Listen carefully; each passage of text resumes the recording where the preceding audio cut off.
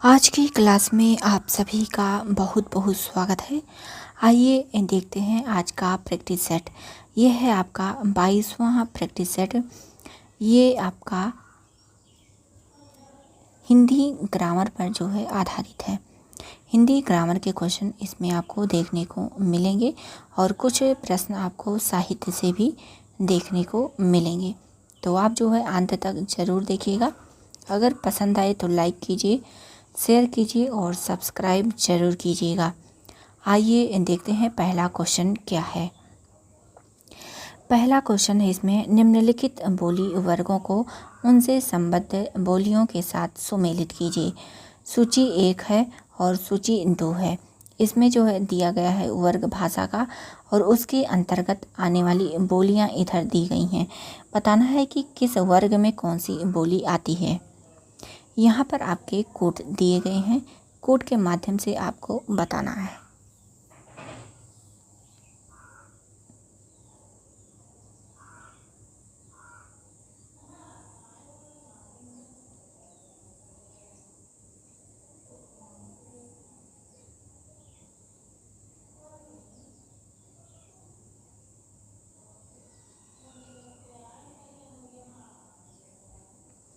यहाँ पर right answer हो जाता है ऑप्शन नंबर बी। पश्चिमी हिंदी का है आपका, ये संबंधित है बोली बुंदेली। बुंदेली जो है ये पश्चिमी हिंदी के अंतर्गत आती है और पूर्वी हिंदी के अंतर्गत जो है पूर्वी हिंदी के अंतर्गत आपकी बघेली आती है और बिहारी हिंदी के अंतर्गत मगही आती है और राजस्थानी से मेवाती संबंधित है। आगे देखते हैं क्वेश्चन आपका है, क्वेश्चन नंबर 2 है।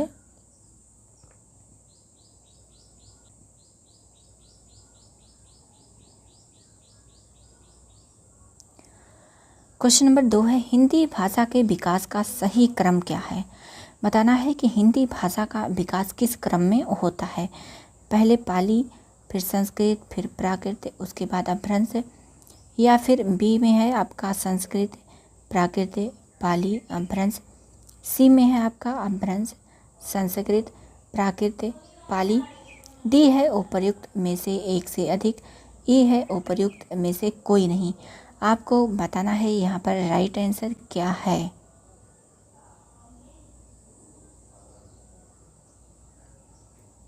यहाँ पर जो है आपका राइट आंसर हो जाता है ऑप्शन नंबर ई, उपर्युक्त में से कोई नहीं।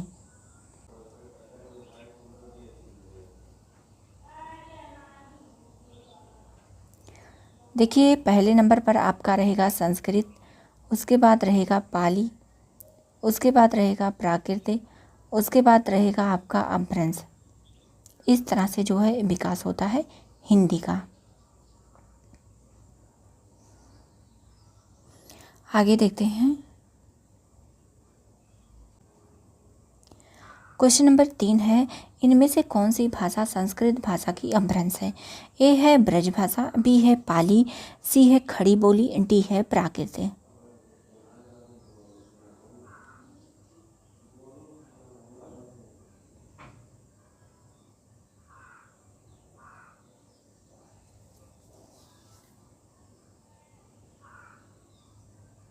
यहाँ पर देखिए राइट आंसर हो जाता है ऑप्शन नंबर बी। पहले संस्कृत आती है, उसके बाद पाली, फिर प्राकृत, उसके बाद जो है अपभ्रंश, अपभ्रंश के बाद जो है हिंदी आपका विकसित होता है। आगे देखते हैं क्वेश्चन नंबर 4 है विकास की दृष्टि से प्राकृति की पूर्वकालीन अवस्था का क्या नाम है। ए है पाली, बी है संस्कृत, सी है हिंदी, डी है आवहट।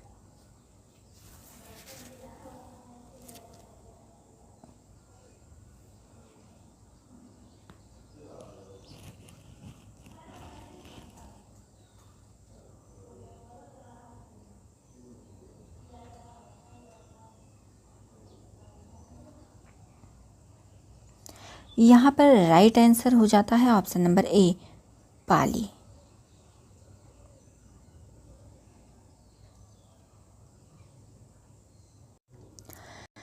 क्वेश्चन नंबर 5 है हिंदी को विकास प्रदान करने वाली भाषा कौन सी है। ए है पाली, बी है प्राकृत, सी है संस्कृत, डी है अपभ्रंश।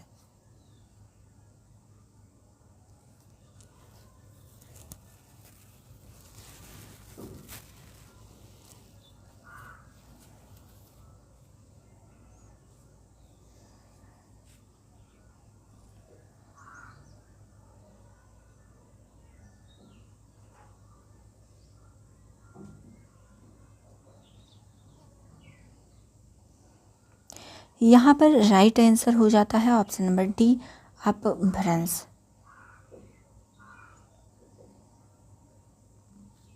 क्वेश्चन नंबर 6 है, निम्नलिखित आधुनिक भाषाओं में से किसका संबंध अपभ्रंश की पैशाची बोली से है? ए है राजस्थानी, बी है गुजराती, सी है पंजाबी, डी है बंगाली।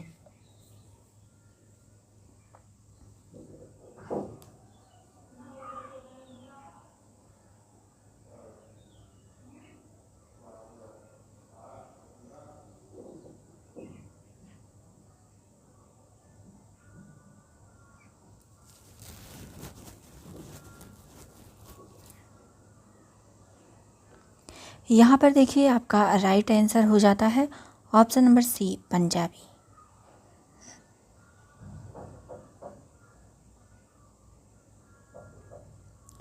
क्वेश्चन नंबर 7 है, आधुनिक भारतीय आर्य भाषाओं के उदय के पूर्व आर्य भाषा का कौन सा रूप विद्यमान था? ए है संस्कृत, बी है पाली, सी है प्राकृत, डी है अपभ्रंश।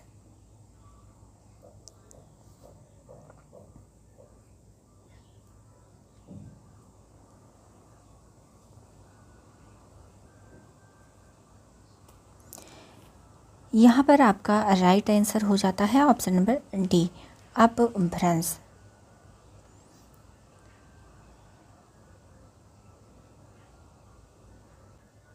क्वेश्चन नंबर 8 है, विपद जाल का सही संधि विच्छेद क्या होगा? ए है विपद प्लस जाल, बी है विपद प्लस जाल, सी है विप प्लस जाल, डी है विपह प्लस जाल।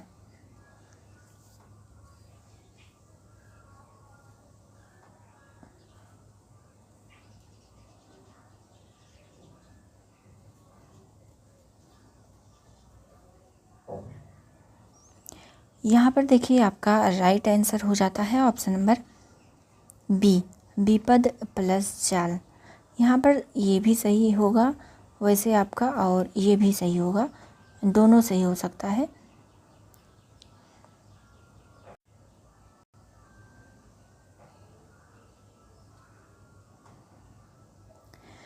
क्वेश्चन नंबर 9 है, कौन सा शब्द अनिकार्थी नहीं है? ए है पृष्ठ, बी है पानी, सी है फल, डी है पाप।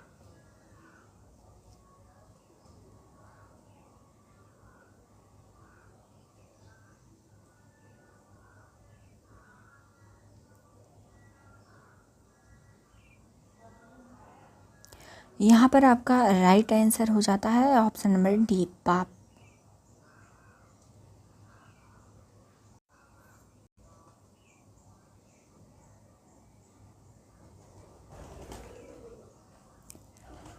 क्वेश्चन नंबर 10 है, आविर्भाव का विपरीतार्थक शब्द निम्नलिखित विकल्पों में से छांटिए। ए है अंतर्धान, बी है सुप्त, सी है तिरोभाव, डी है संभाव।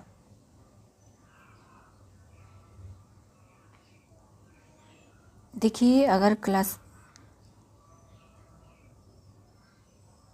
क्लास पसंद आ रही हो तो आप लोग जो है लाइक ज़रूर कीजिए और अपने सभी साथी मित्रों तक एक बार शेयर कर दीजिए ताकि जल्दी ही 1 के आप लोगों के साथ कंप्लीट हो जाए और मुझे भी अच्छा लगे।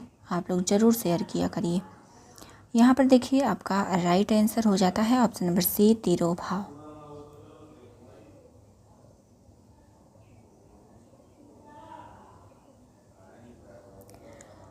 क्वेश्चन नंबर 11 है, यश का सही विलोम शब्द निम्नलिखित विकल्पों में से चुनिए। ए है सुयश, बी है यशहीन, सी है अपयश, डी है कुयश।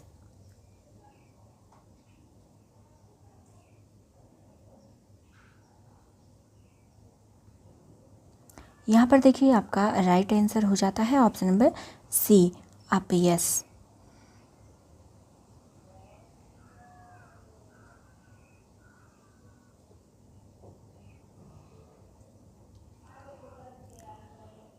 क्वेश्चन नंबर 12 है, नीचे दिए गए शब्द में प्रयुक्त संधि भेद का सही विकल्प चुनिए। यद्यपि का बताना है क्या सही होगा।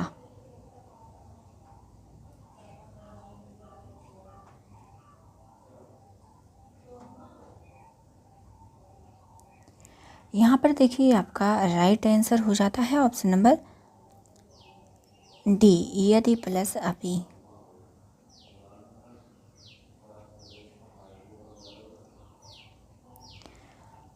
क्वेश्चन नंबर 13 है, चिरगांव किस कवि का जन्म स्थान है। ए है माखनलाल चतुर्वेदी, बी है मैथिली शरण गुप्त, सी है सुभद्रा कुमारी चौहान, डी है सुमित्रा नंदन पंत।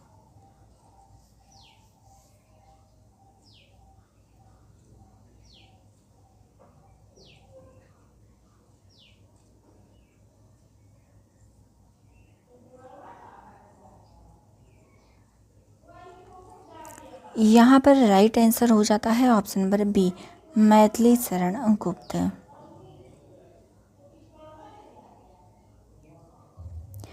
क्वेश्चन नंबर 14 है, मैथिली शरण गुप्त ने इतिहास के उपेक्षित नारी पात्र को निम्न पुस्तक में प्रतिष्ठित किया है। किसमें जो है स्थान दिया है।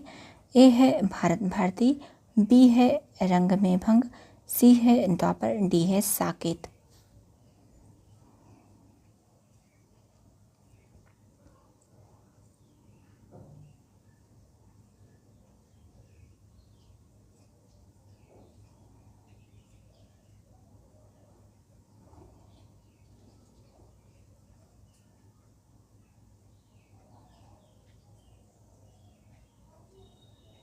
यहाँ पर देखिए राइट आंसर हो जाता है option number D, Saket. Urmila को जो है इसमें स्थान दिया गया है। किसी कवि ने इन पर ध्यान नहीं दिया, लेकिन ये जो है महावीर प्रसाद द्विवेदी के कहने पर ये जो है इनको साकेत में स्थान देते हैं।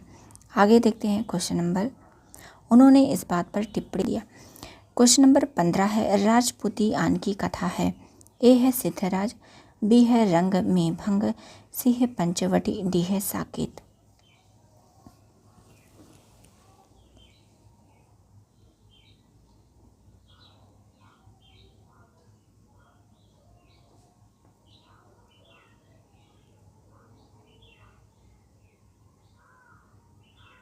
यहाँ पर देखिए राइट आंसर हो जाता है ऑप्शन नंबर बी, रंग में भंग।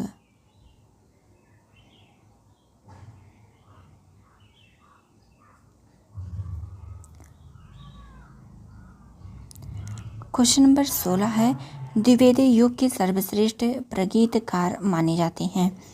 ए है रूपनारायण पांडे, बी है लोचन प्रसाद पांडे, सी है मुकुटधर पांडे, डी है इनमें से कोई नहीं। बताना है इसमें राइट आंसर क्या होगा।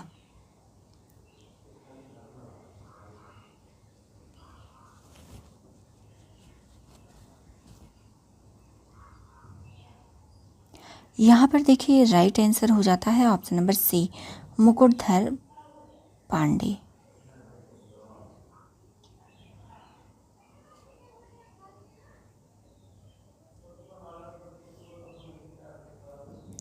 क्वेश्चन नंबर 17 है, निम्नलिखित में से कौन से युग्म सही हैं। इधर जो है रचनाएं दी गई हैं, इधर बताना है कि ये किस विधा का है, ये आपको बताना है। खंड काव्य है कि महाकाव्य है, किस जो है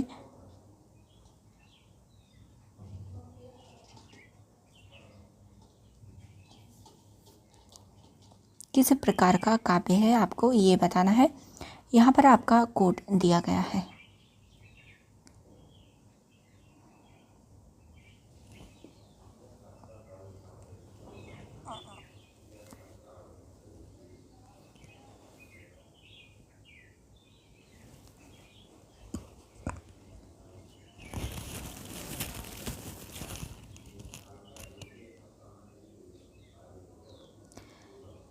यहाँ पर देखिए आपका राइट आंसर हो जाता है ऑप्शन नंबर सी।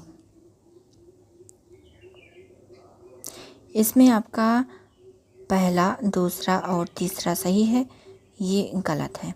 साकेत जो है महाकाव्य है, सिद्ध राज जो है ये खंड काव्य है और विष्णु प्रिया जो है ये भी खंड काव्य है। आगे देखते हैं, क्वेश्चन का है 18।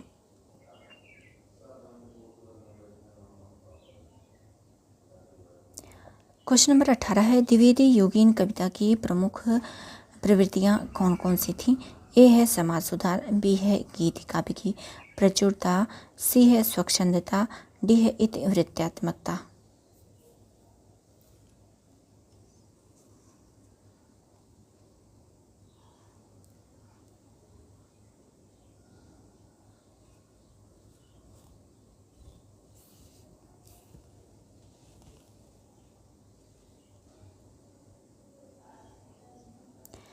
यहाँ पर जो है आपका राइट आंसर हो जाता है ऑप्शन नंबर सी। ए और डी दोनों सही है, समाज सुधार और इतिवृत्तात्मकता।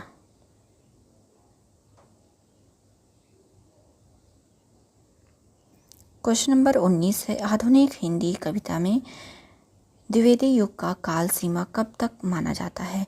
ए है 1850 ईस्वी से 1900 तक, बी है 1900 से 1947 तक, सी है 1947 से 1970 तक, डी है 1900 से 1918 तक।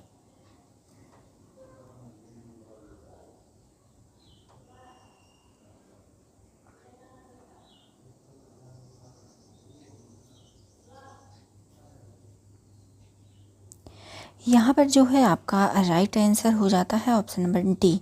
1900 ईस्वी से लेकर 1918 ईस्वी तक द्विवेदी युग काल की सीमा मानी जाती है।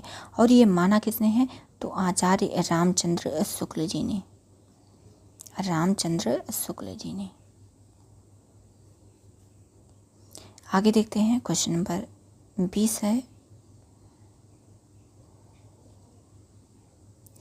द्विवेदी युग नामकरण किया गया है, किसके नाम पर किया गया है? ए है आचार्य हजारी प्रसाद द्विवेदी, बी है शांति प्रिय द्विवेदी, सी है महावीर प्रसाद द्विवेदी, डी है सोहनलाल द्विवेदी।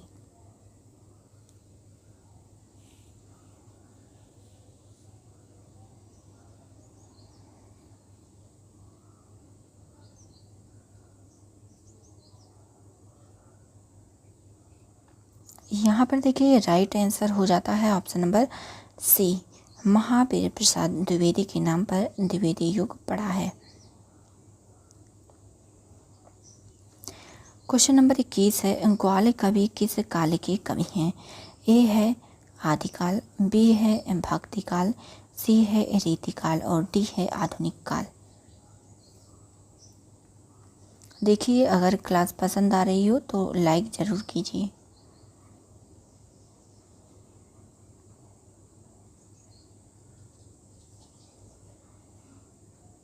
राइट आंसर हो जाता है ऑप्शन नंबर सी, रीतिकाल।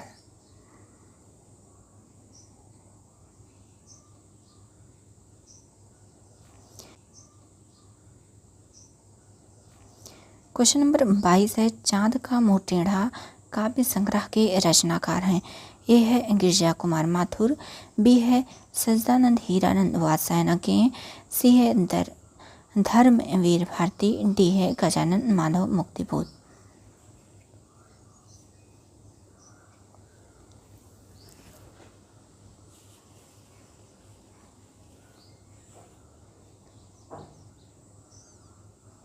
यहाँ पर देखिए आपका राइट आंसर हो जाता है option number D, Gajanan Madhav Muktibodh. Question number 23 है, प्रयोगवाद का प्रवर्तक माना जाता है? ए है मुक्तिबोध को, बी है नेमीचंद्र जैन को, सी है प्रभाकर माचवे को, डी है सच्चिदानंद हीरानंद वात्स्यायन अज्ञे को।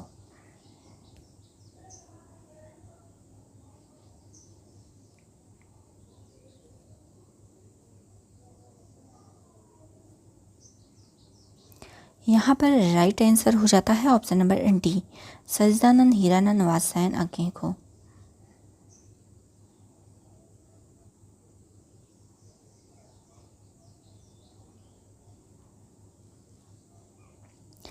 क्वेश्चन नंबर 24 है, निम्नलिखित में तीसरा सप्तक के कवि हैं? आ है मदन वात्स्यायन, बा है स्वदेश भारती, सा है कुंवर नारायण, दा है शकुंत माथुर, या है कीर्ति चौधरी। यहाँ पर जो है आपका कोड दिया गया है, इसमें बताना है कौन शामिल है तीसरे सप्तक में।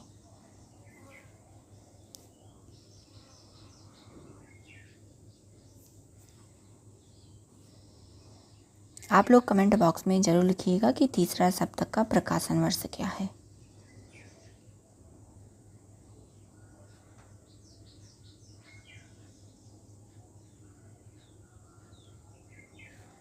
यहाँ पर देखिए राइट आंसर हो जाता है ऑप्शन नंबर डी, आ सा या। मदन वात्सायन, कुंवर नारायण और कीर्ति चौधरी ये तीनों शामिल हैं। देखिए अगर का आ जाए, जैसे कुंवर नारायण, कीर्ति चौधरी और केदारनाथ सिंह, ये तीनों जो है इसी में शामिल हैं। तीनों का, तीन का है इसमें, तीन का तीसरे सप्तक में ही शामिल हैं। तीन से तीसरा और का से है, आप जो है ट्री बना लीजिए, कुंवर नारायण, कीर्ति और केदार, ये तीनों जो हैं आपके तीसरे सप्तक में शामिल हैं। और केदारनाथ सिंह, ये तीनों जो है इसी में शामिल हैं। आगे देखते हैं क्वेश्चन नंबर 25 है, इनमें से कौन सा कवि नकेनवाद से जुड़ा है। ए है केसरी कुमार, बी है केदारनाथ सिंह, सी है नरेश मेहता, डी है केदारनाथ अग्रवाल।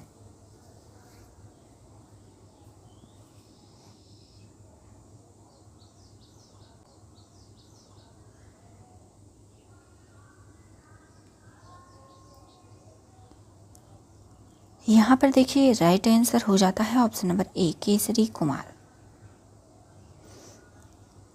आगे भी आपके क्वेश्चन हैं, शायद 31 क्वेश्चन इस प्रैक्टिस सेट में हैं। आगे देख लेते हैं। आगे है आपका क्वेश्चन नंबर 26 है आपका, ये है आपका 26 क्वेश्चन नंबर। उक्त व्यक्ति प्रकरण का रचनाकार कौन है। ए है रोडा, बी है हेमचंद्र, सी है ज्योतिश्वर ठाकुर, डी है दामोदर शर्मा।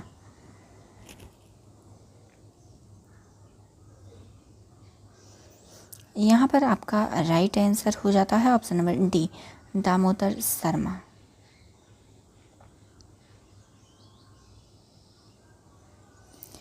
क्वेश्चन नंबर 27 है आपका, तार सप्तक का प्रकाशन काल क्या है। 1943 ईस्वी, बी है 1951 ईस्वी, सी है 1950, डी है 1959 ईस्वी।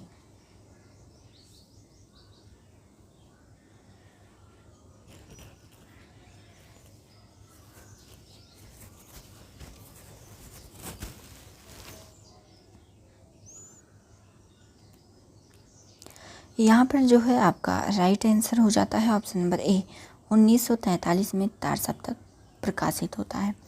देखिए अगर आपको ऑप्शन में पहला तार सप्तक आ जाए तो वो जो है गलत माना जाएगा, केवल तार सप्तक ही जो है आपका पहला तार सप्तक रहेगा। आगे देखते हैं, ये है आपका क्वेश्चन नंबर 28, प्रेम सागर के लेखक हैं।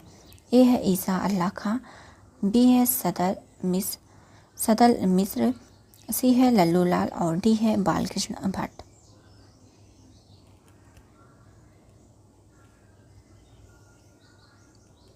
यहाँ पर राइट आंसर हो जाता है ऑप्शन नंबर सी, लल्लू लाल जी।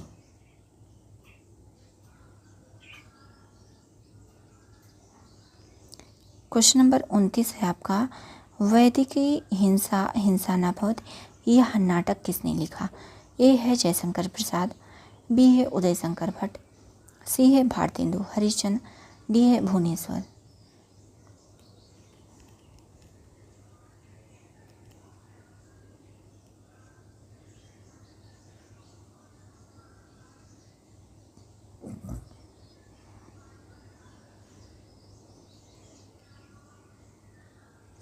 यहाँ पर राइट आंसर हो जाता है option number C, Bharatendu Harishchandra.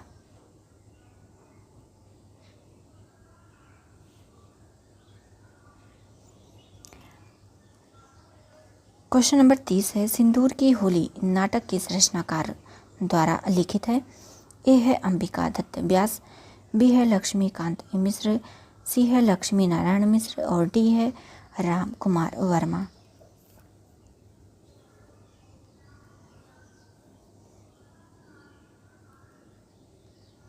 यहाँ पर राइट आंसर हो जाता है option number C, Lakshmi Narayan Mishra हैं।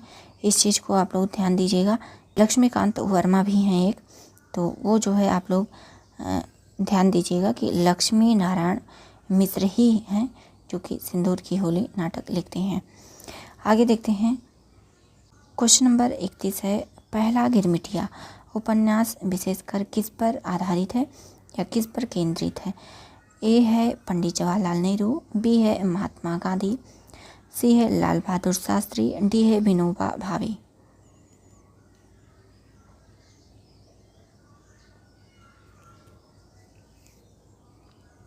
यहाँ पर देखिए राइट आंसर हो जाता है option number B, Mahatma Gandhi.